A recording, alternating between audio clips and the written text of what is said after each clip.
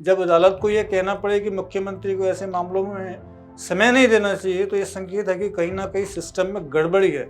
आज के समय में यह भी सवाल उठ रहा है कि क्या कर्नाटक किसी एटीएम मॉडल की तरफ बढ़ रहा है, जहां सत्ता का उपयोग संसाधनों के दोहन के लिए किया जा रहा है। कर्नाटक राज्य ठेकेदार संघ का दावा है कि उनके 37,000 करोड़ के भुगतान अभी भी बकाया है और उन्होंने हड़ताल की चेतावनी भी दी है।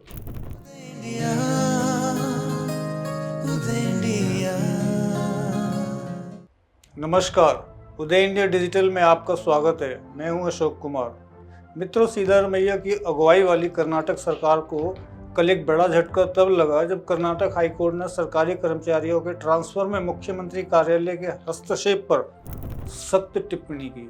अदालत ने साफ शब्दों में कहा कि कोई भी ट्रांसफर अनुरोध सीएमओ द्वारा नहीं सुना जाना चाहिए और यह मामला विभाग स्तर पर ही समाप्त होना चाहिए। न्यायालय की यह टिप्पणी केवल प्रशासनिक निर्देश नहीं बल्कि शासन की कार्यशैली पर भी एक गंभीर प्रश्न चिन्ह है।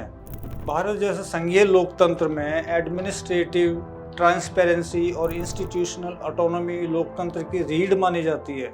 जब अदालत को यह कहना पड़े कि मुख्यमंत्री को ऐसे मामलों में समय नहीं देना चाहिए, तो यह संकेत है कि कहीं ना कहीं सिस्टम में गड़बड़ी है। कर्नाटक में ट्रांसफर पोस्टिंग को लेकर लंबे समय से ये आरोप लगते रहे हैं कि यह एक सॉफ्ट करप्शन का माध्यम बन चुका है, जहां प्रभाव, सिफारिश और पैसे का खेल चलता है। हाईकोर्ट की सख्ती इस बात की पुष्टि करती है कि समस्या अब केवल राजनीतिक आरोप प्रत्यारोप तक सीमित नहीं रही, बल्कि न्यायपालिका के दखल की जरूरत बन गई है। विपक्ष लगातार यह आरोप लगाता रहा है कि कर्नाटक में ट्रांसफर पोस्टिंग एक संगठित उद्योग का रूप ले चुका है। एमयूडीए घोटाले से लेकर Valmiki scam, contractor scam, land और सैंड माफिया तक एक के बाद एक सामने आते मामलों ने बात साफ की है कि कांग्रेस का कर्नाटक मॉडल करप्शन का मॉडल है। ऐसे में जब अदालत यह कहती है कि ट्रांसफर प्रक्रिया में मुख्यमंत्री का दखल नहीं होना चाहिए, तो यह सवाल उठना स्वाभाविक है कि क्या यह केवल प्रशासनिक लापरवाही है या फिर इसके पीछे कोई गहरा तंत्र काम कर रहा है। आज के समय में यह भी सवाल उठ रहा है कि क्या कर्नाटक किसी एटीएम मॉडल की तरफ बढ़ रहा है, जहां सत्ता का उपयोग संसाधनों के दोहन के लिए किया जा रहा है। यह सब कहीं ना कहीं कांग्रेस के प्रथम परिवार के लिए पैसा इकट्ठा करने की कर्नाटक सरकार की कोशिश है। लगातार सामने आ रही घटनाएं और अब हाईकोर्ट की टिप्पणी इस तरफ इशारा करती दिखती है। इसके अलावा कर्नाटक के ठेकेदार राज्य सरकार की कड़ी आलोचना कर रहे हैं और आरोप लगा रहे हैं कि वहां कमीशन का बोलबाला है, जब प्रोजेक्ट्स के लिए 30 से 40% तक की रिश्वत मांगी जाती है। कर्नाटक राज्य ठेकेदार संघ का दावा है कि उनके 37,000 करोड़ के भुगतान अभी भी बकाया है और उन्होंने हड़ताल की चेतावनी भी दी है। संघ ने अधिकारियों पर विभिन्न विभागों में फैले संस्थागत भ्रष्टाचार का आरोप लगाया है।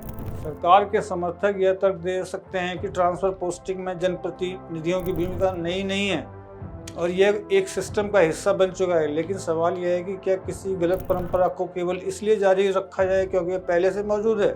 न्यायालय का निर्देश इसी सोच को चुनौती देता है और यह स्पष्ट करता है कि प्रशासनिक निर्णयों को पेशेवर और पारदर्शी तरीके से लिया जाना चाहिए, न कि राजनीतिक हस्तक्षेप के आधार पर।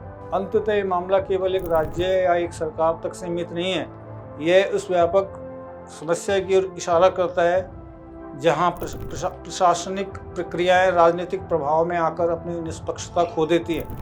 कर्नाटक हाईकोर्ट की टिप्पणी एक चेतावनी है कि कांग्रेस शासन को अपनी प्राथमिकताओं को पुनः तय करना होगा और यह सुनिश्चित करना होगा कि सत्ता का उपयोग जन सेवा के लिए, न कि नियंत्रण लाभ के साधन के रूप में।